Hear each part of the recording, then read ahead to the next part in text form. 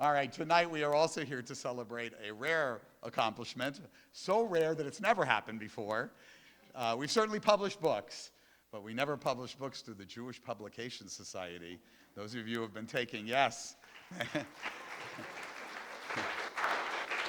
Those of you who have been learning about American Jewish history with me know just how important that society is. And of course, not as important as the Society for Humanistic Judaism, but now we are part of that too.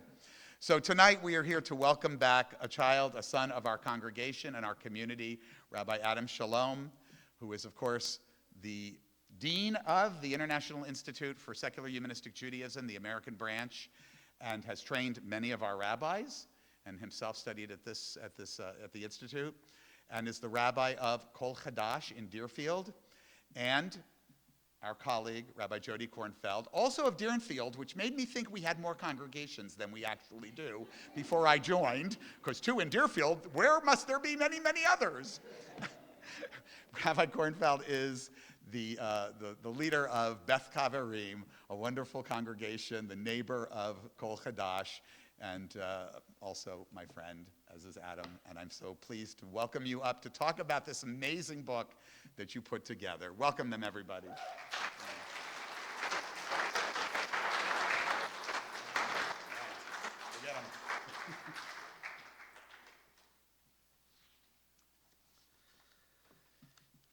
When you're about to turn 50, it's nice to be remembered as a child, once in a while. We're all someone. A few weeks ago, actually less than 2 weeks ago, we were celebrating the Passover Seder. And in many Passover Seders, there's a description of 4 different kinds of children.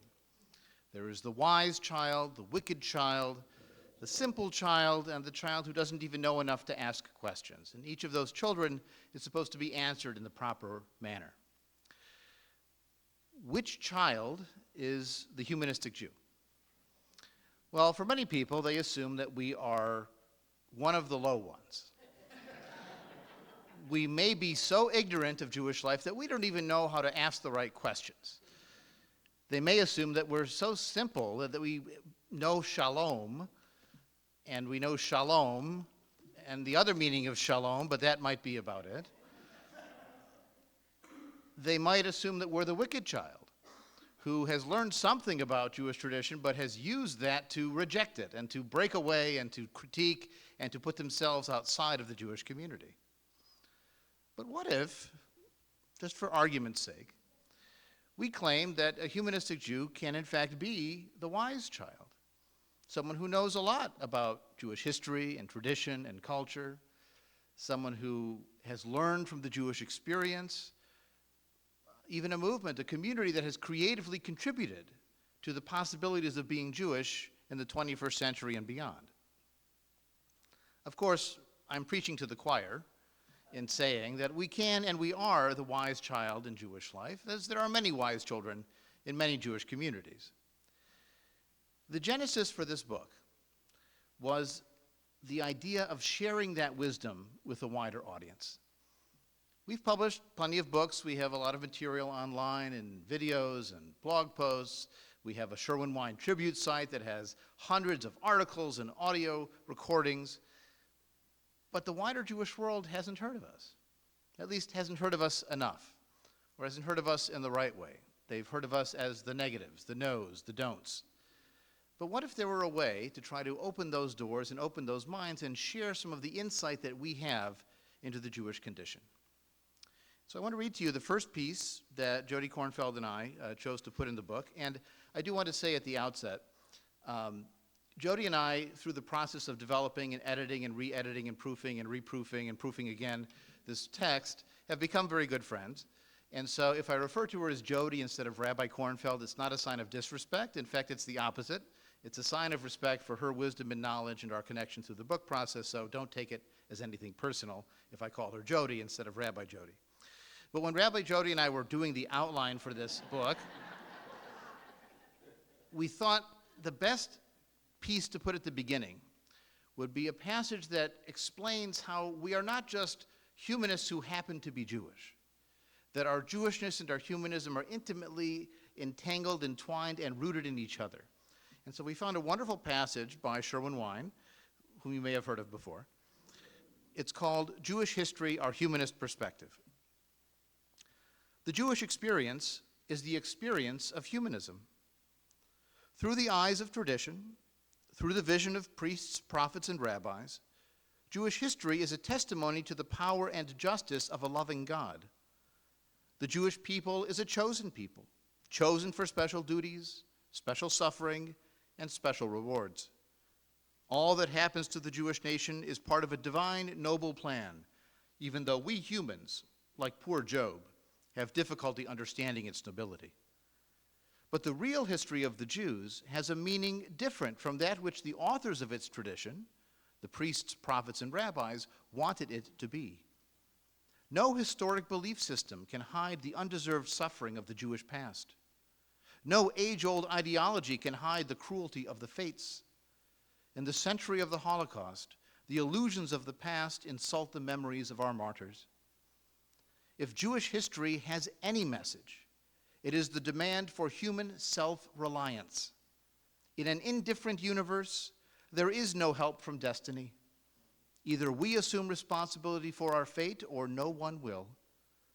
A world without divine guarantees and divine justice is a little bit frightening, but it is also the source of human freedom and human dignity.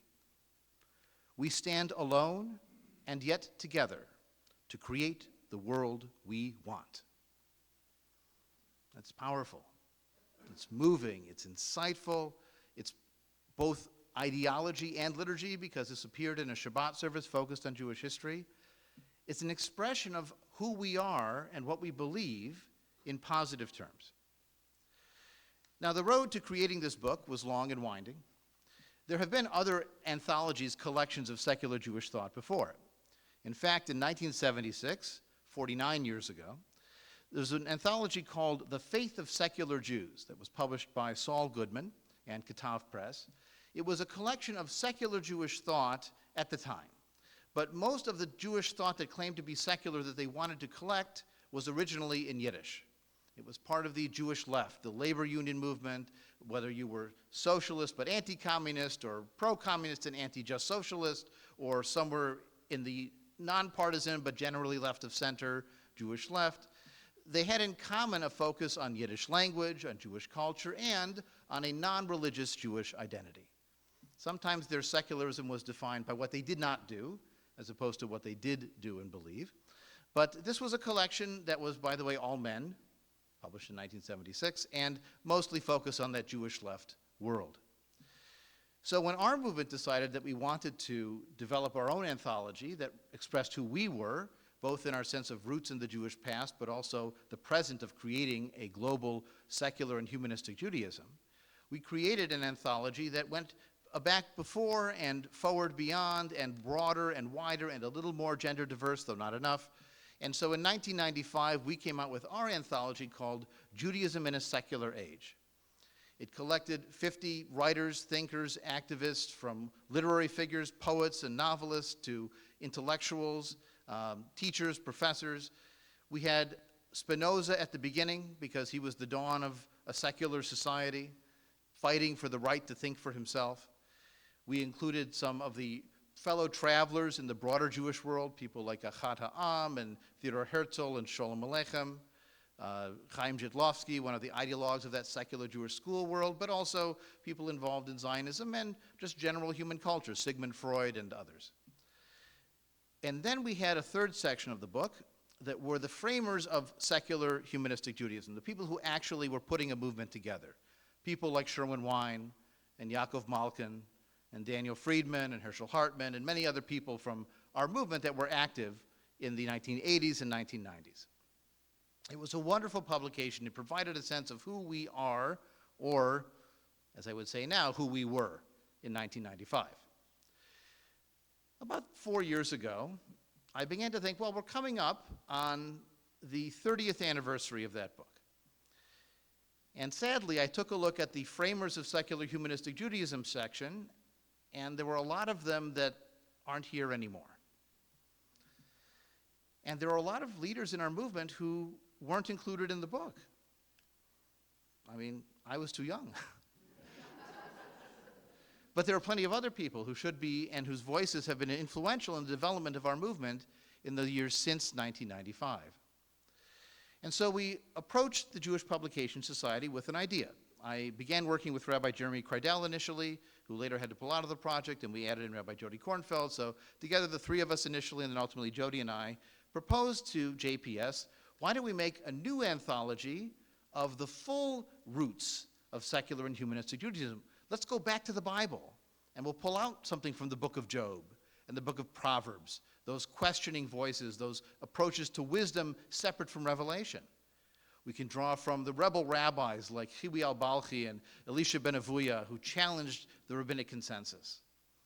We could draw on certainly people like Spinoza, the dawn of the Enlightenment. We could draw from the rebels who left Judaism behind, like Felix Adler. We could give a full spectrum perspective of the background to secular humanistic Judaism and then bring in voices from today. JPS was not interested in that book because they wanted it to be now.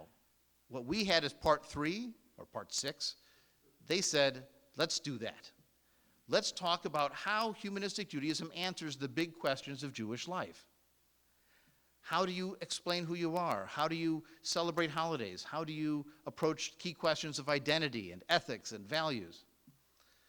Let's put together an anthology, they recommended, of contemporary Jewish thought. Now, as it works out, there's actually a series from JPS called the JPS Anthologies of Jewish Thought.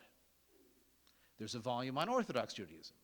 There's a volume on Reform Judaism. There's a volume on Conservative Judaism. And because Reconstructionist Judaism didn't get themselves organized, there is now a volume on Humanistic Judaism with Reconstructionism to come in the next couple of years. But the point is that we are part of that anthology series because they wanted a collection of contemporary humanistic Jewish thought. And so that's what we did.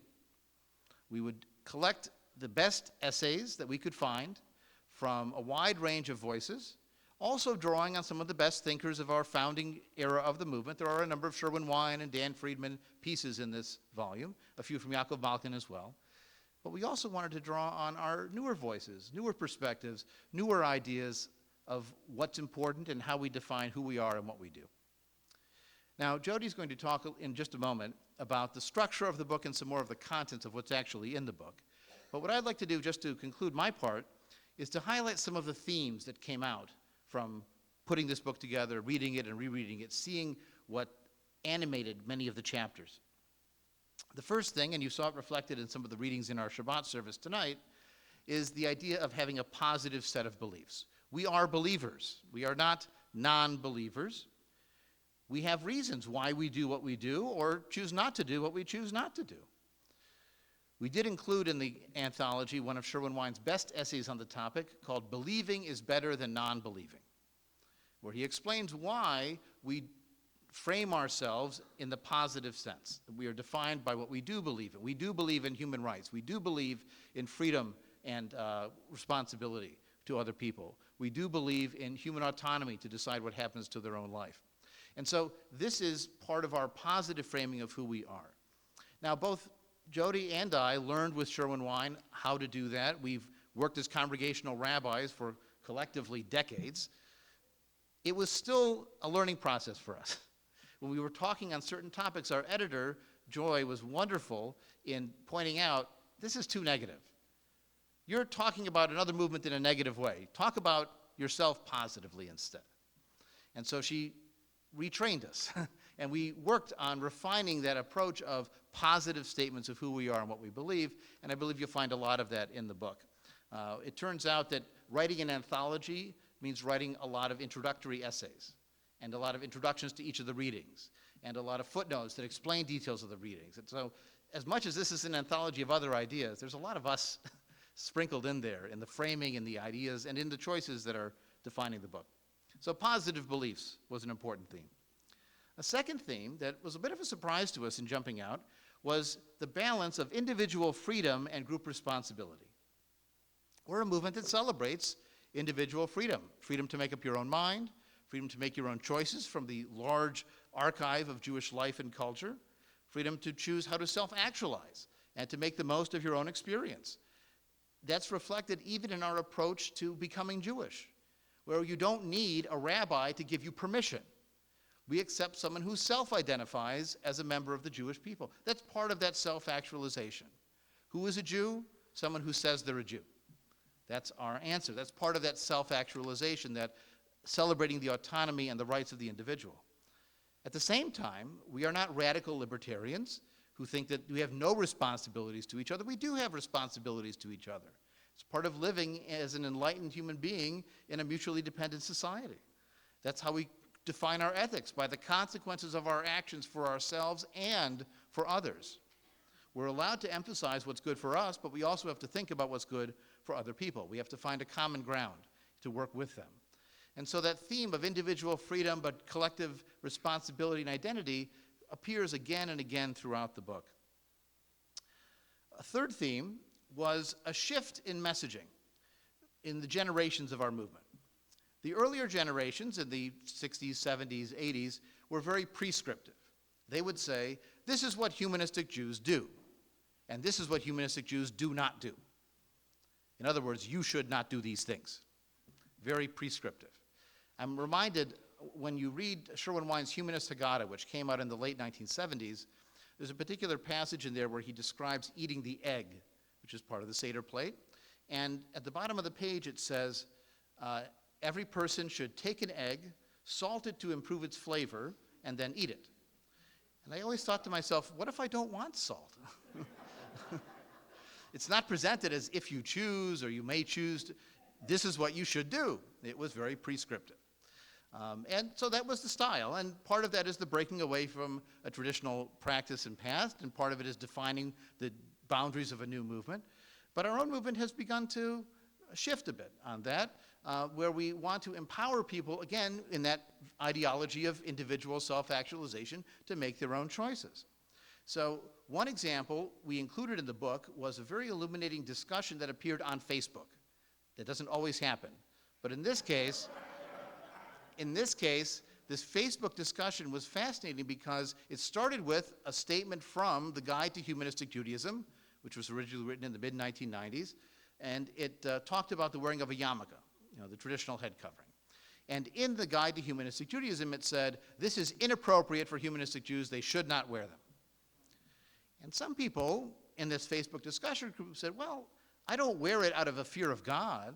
I wear it because I feel Jewish when I wear it. I feel connected to my grandparents who wore them, or any number of other reasons. I'm marking myself in public as a Jewish person in an era of persecution. And so there's a lot of positive reasons one might choose to wear one. And the second aspect of this debate was the fact that shouldn't we say everybody's in charge of their own head? If you wanted to wear one, would someone come up to you and say, take that off, we don't wear that here? Maybe it has a different meaning for others.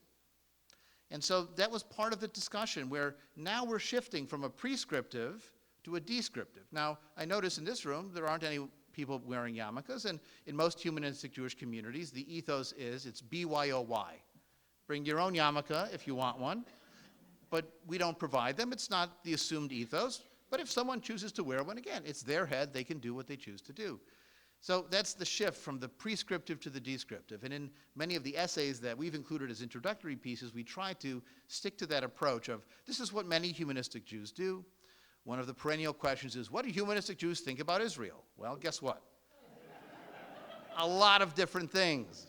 And so we reflected that in the essays talking about that question, because that's who we are. We are of many minds, and that's okay. We also included a very important section of the book on the revolution of calling Judaism a culture and Jewish identity a cultural identity. What's revolutionary about changing it from a revealed religion to a culture? Well, cultures are made by people. And if the Bible was written by people, then we're allowed to agree with it or disagree with it. Even if it says God said, that just means someone said that God said.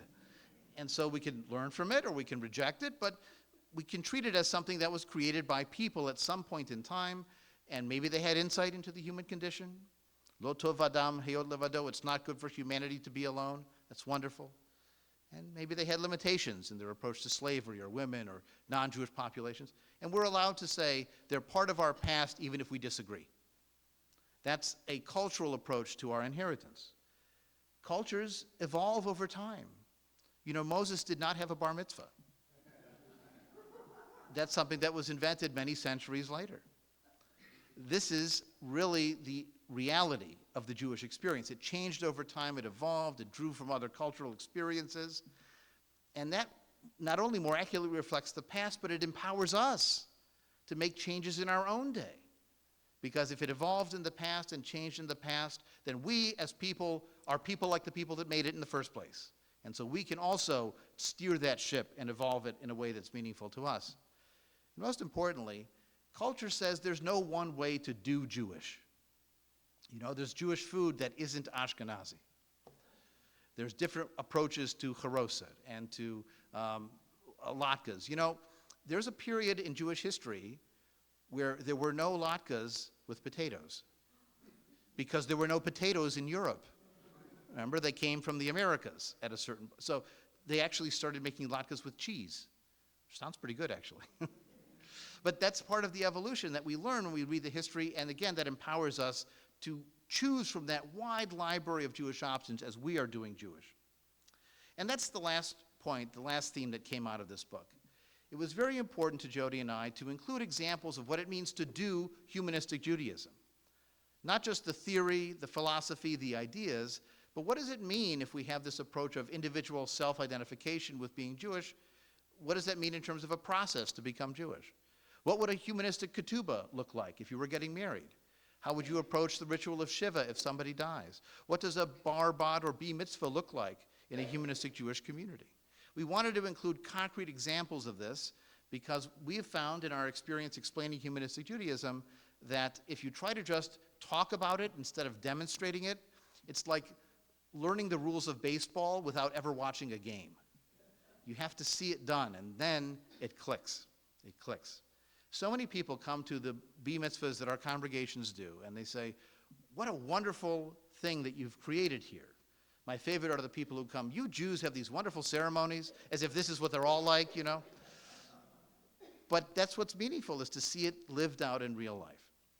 And I will conclude with the thought that this book has been a meaningful process for us to put together, and the reception of the book has been really wonderful. We've had some wonderful reviews online as well. We've had plenty of communities that have invited us to speak, and that's been a wonderful experience. We've also had wonderful just individual communication with people who have found the book a meaningful expression of how they felt all these years, and now they have someone explaining what it actually means. And that's really the ultimate goal of the book, is that people find the book and use it to find us as a movement, and in some sense, to find themselves as a Jewish person as well. And so with that, I want to turn it over to Jody to tell you a little bit more about the contents of the book and the flow and the ideas that are contained therein. Thank you, Jody.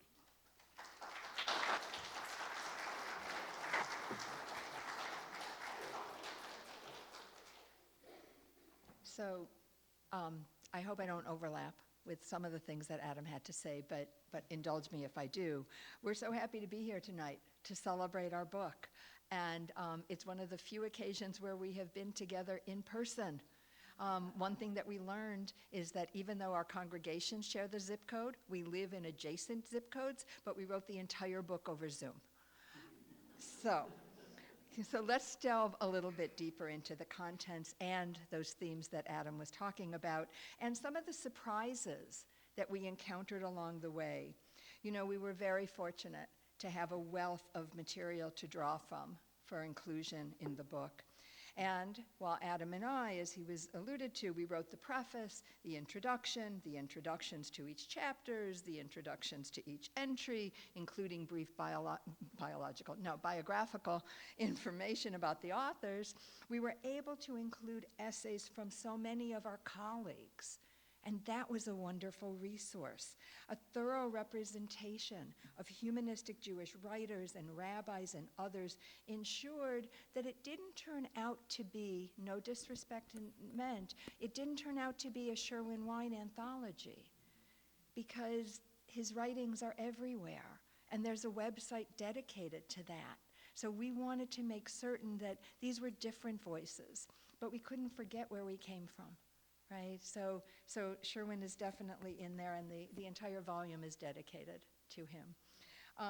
It also brought the issues in thinking that have continued to evolve and characterize humanistic Judaism since its founding generation to the present. So after a general introduction, each of the 4 parts is supported by between 2 and 5 chapters for a total of 14 chapters. And each chapter contains several essays related to the topic. We also created a study and discussion guide for the book, and that's available at no charge at the JPS website. It's our intention that the audience will include humanistic Jews who want a deeper and more thorough understanding of the form of Judaism that gives their lives meaning, as well as Jews of other denominations who seem to have never heard of us. Still a head scratcher. Or if they have, they don't fully get it. We also hope that students of comparative Judaism or comparative religion will find this volume useful. The through lines running through all the parts and chapters really are threefold. First, as our managing editor, Joy, constantly and consistently reminded us, we had to work very hard to always say what we meant and to mean what we said. Now that's a familiar movement axiom. It means that whatever we say in whatever Jewish language we use, our words have philosophical and personal integrity. Secondly, that the book reflects the positive values, as Adam was saying, inherent in humanistic Judaism. It is a volume that explains what we do rather than what we don't do, what we believe rather than what we don't believe, and how we define our own form of Judaism rather than being defensive about our place in the Jewish world or risk being negative about other denominations and practices.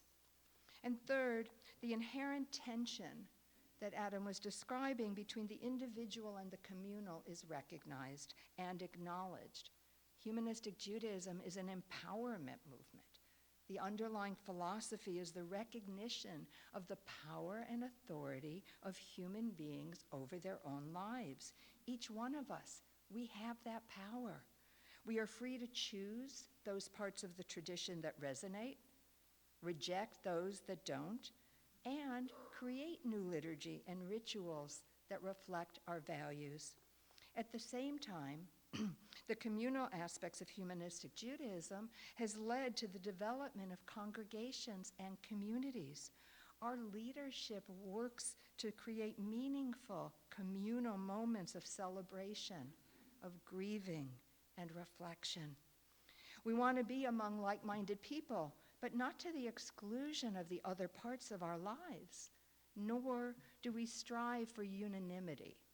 As the former Jewish mayor of New York, Ed Koch, said, if you agree with me on 9 out of 12 issues, vote for me. If you agree with me on 12 of 12 issues, see a psychiatrist. There are tensions between competing values and approaches.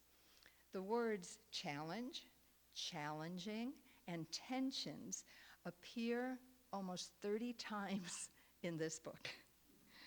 And as in, there is the challenge of organizing a secular Judaism, or what we call the challenge, the Jewish and human, scientific and poetic, individual and communal, secular and spiritual, cultural and religious, are some of the tensions inherent in humanistic Judaism. Or the challenge has been to strike an appropriate balance between the particularism of being Jewish and the universalism of being part of a wider humanity. Tensions and challenges.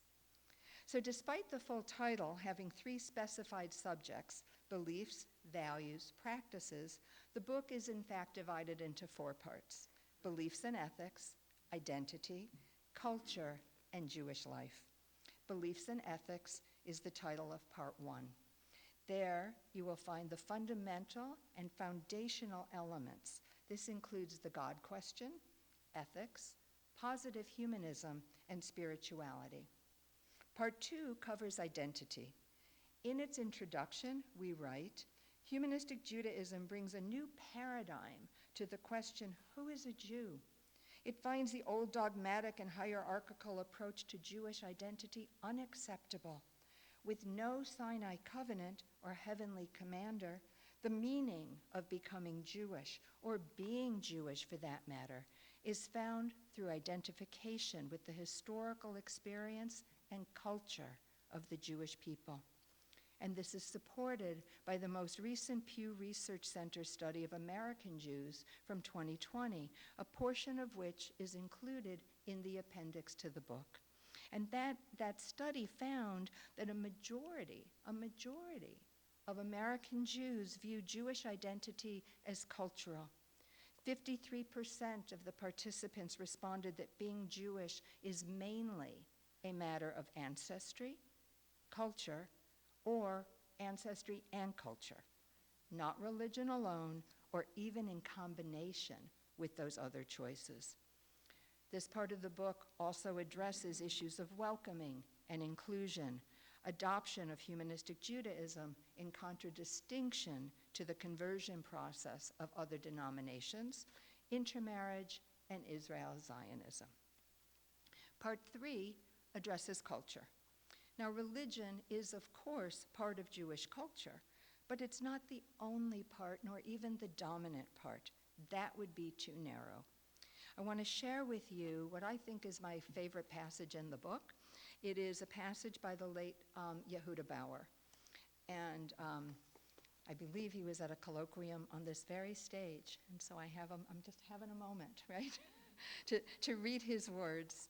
But what he said is, Bible is Judaism, Talmud is Judaism, everyday life is Judaism, Jewish history is Judaism, Jewish poetry is Judaism, Jewish customs are Judaism, Jewish food is Judaism, Jewish jokes are Judaism, just as religion is Judaism. But you cannot argue that Judaism equals the religious beliefs of the Jews. First, because these beliefs were and are different, even mutually contradictory. And second, because religion was and is just one aspect of Jewish existence.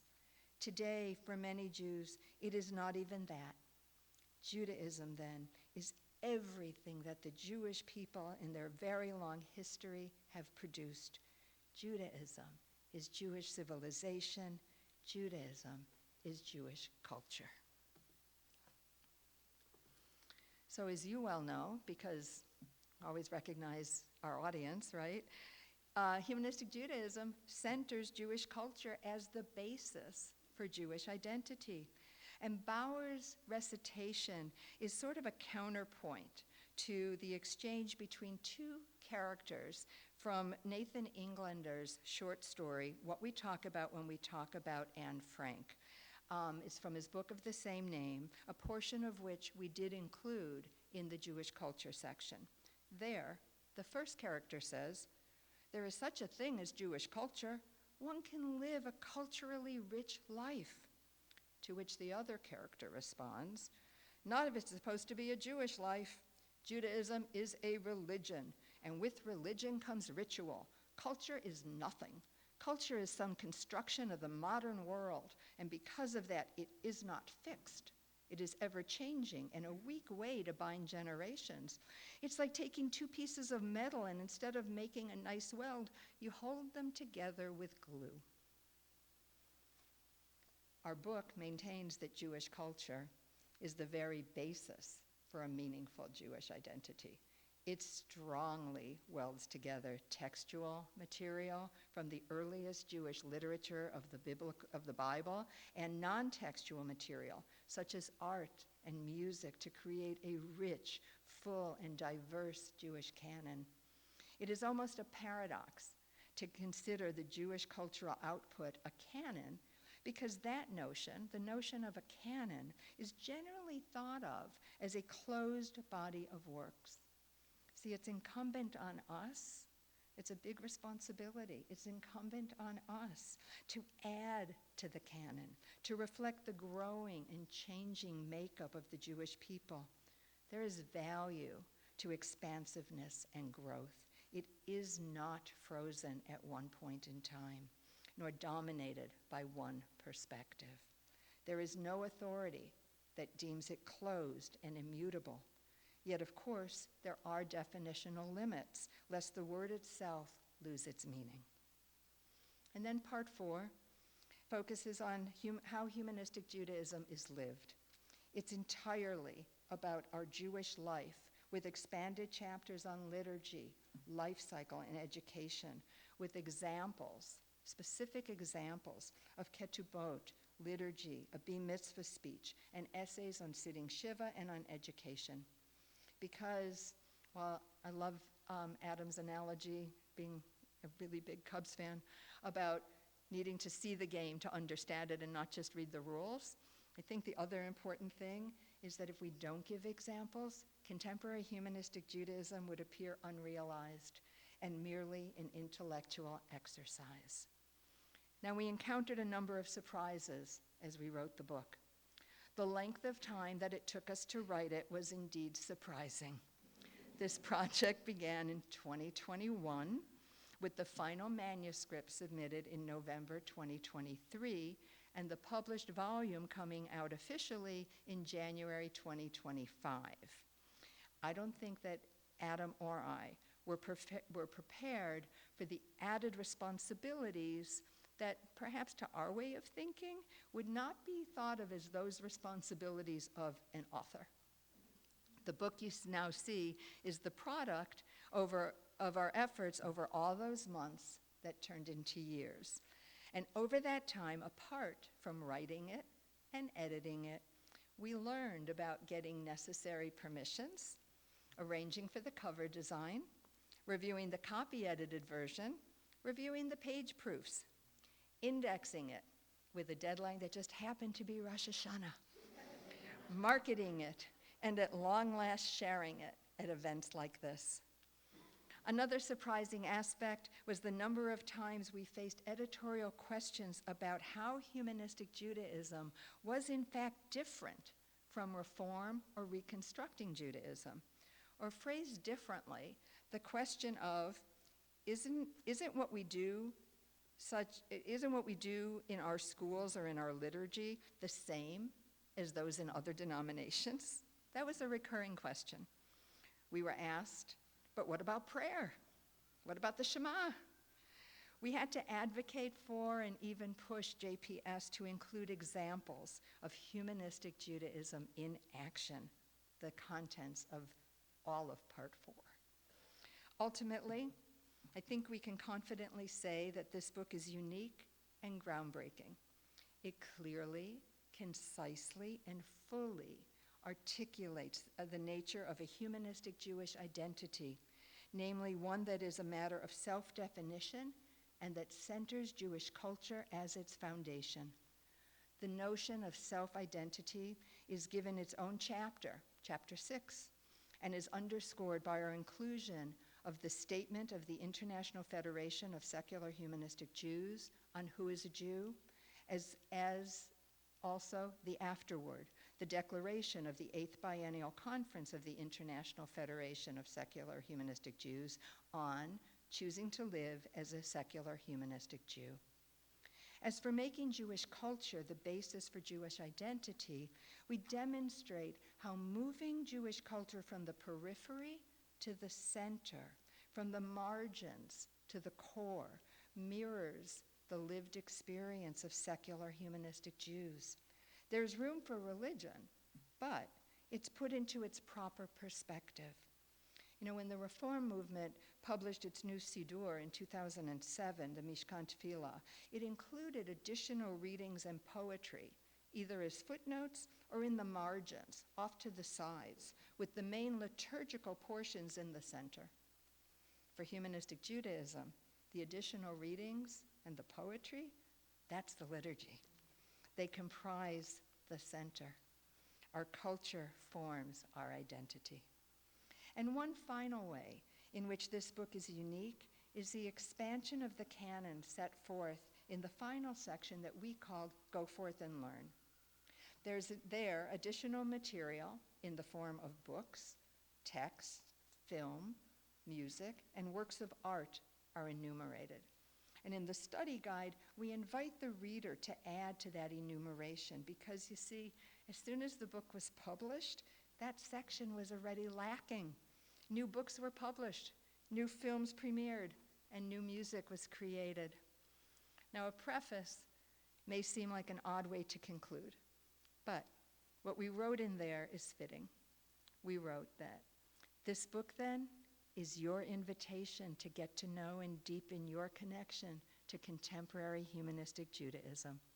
And we ended the preface with these words: we hope you will be inspired and uplifted by what we find so meaningful in our lives. Thank you.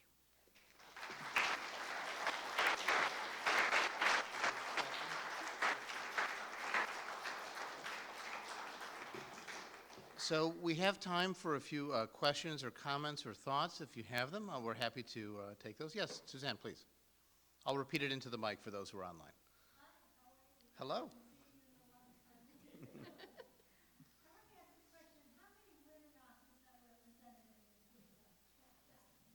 So the question is, how many women are in the book? I should let Jody answer it. No, go ahead. We strove for balance. I think what you probably find is reflective of the historical experience of humanistic Judaism. So in the beginning, right, not to get too biblical in my phrasing, but there would be more representation by, say, Rabbi Dan Friedman or Rabbi Sherwin Wine.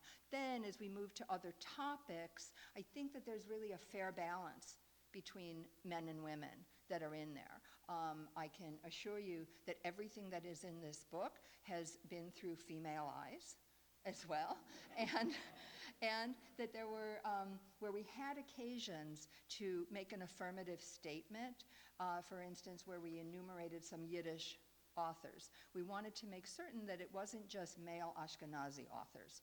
So to that end, we included the names of women Yiddish writers like Anna Margolin and Kaja Molodowski.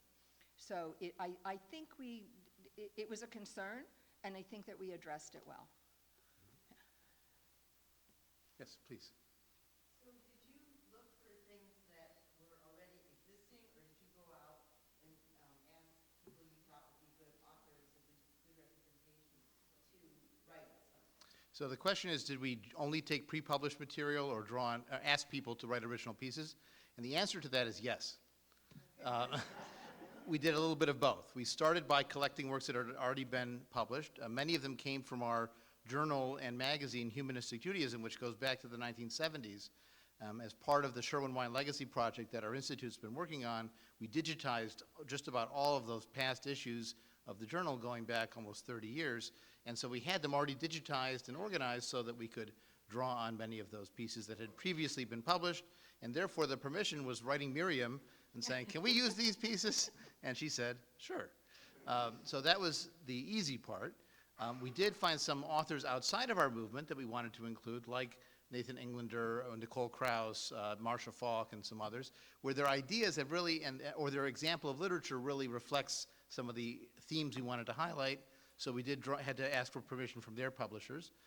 And then as we were finalizing the manuscript, we noticed we're missing something on this topic, we're missing something on that topic. And so we did go to some people and ask for an original contribution. So Jody had a piece from her master's thesis, I think, the doctoral thesis, on Jewish art. And we thought, oh, we should talk about, even though it's a book about words, we can talk about art, even if we can't show it. And so we included that. And then we thought, well, if we have something on art, we should have something on music. So we contacted Cantor Jonathan Friedman, who leads our group in Los Angeles.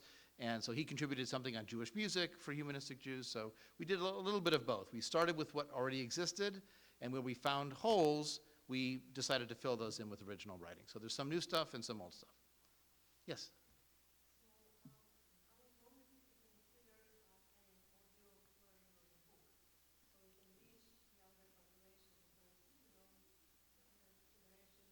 Yes. So the question is, did we think about an audio version of the book? Well, there is an ebook version of the book that's out there. And what I'm, at this point, doing is rooting for AI to get better at reading books. Because it's sort of a, it's a chicken and egg, proposition where if it gets better at the speech-to-text, or sorry, text-to-speech version, then maybe we don't have to make our own audiobook. It'll do good enough. The challenge is that The publisher only covered the print book and the ebook.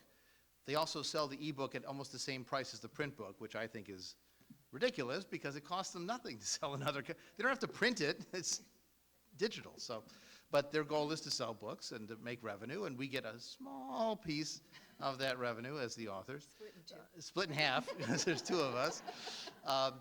The reality is that we don't have a plan for an audiobook version of it.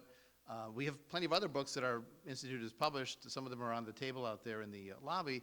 We haven't done ebooks for those either, in part because the amount of time and expense involved, either you hire a reader or I have to read everything, and I don't know that I want to do that. So we're rooting, in this one area of life, we're rooting for AI to get better. And I would say one of the things that we learned about permissions is that it really is very specific to print versions or e-versions. So I don't even know at this point whether we have a permission from the authors that we included things for it to be part of an audiobook. We have approached JPS about potentially translating the book into Spanish and Hebrew? Spanish and Hebrew. Spanish and Hebrew. And it's on the table, I would say. I wouldn't say the door is shut. Right. Any other questions or comments? Well, I have one last suggestion for you, and that is this book is a wonderful resource for talking to other people about who we are and what we do. It's a nice gift to people who find this meaningful or who might find it meaningful. It's also a wonderful opportunity to get our name out there in the world. And one of the ways we can do that is through this old-fashioned institution called a library. You've heard of these things, these buildings with lots of books in them, right? Well, in many of our communities in the Chicago area and also now more broadly across North America, we've had a number of people who've read the book and found it meaningful and interesting, recommend it to their local library as a book to acquire or to a university library. Maybe they accept a gift or not, but maybe they have a budget for purchasing new books and maybe they have a substantial Judaica collection. But now, if the book is there, someone will find it. They'll search for cultural Judaism or secular Judaism, and then there it pops up. Maybe it's available on their online ebook reservation system, and it's found that way. But it's putting our name out there in the world. If the goal is for more people to find us, I mean, we've had people, my allergist gets the Jerusalem Report and saw the review of the book in that magazine. And said, oh, I saw you in the magazine. Well, that's great. That's exactly what we want, is that kind of opening the doors to new people to find it. And so if you live in a particular town or village that has a library, they often have a website. You just put in a suggestion, think about getting a copy of the book, and that helps us to spread the word even more broadly about who we are and what we do.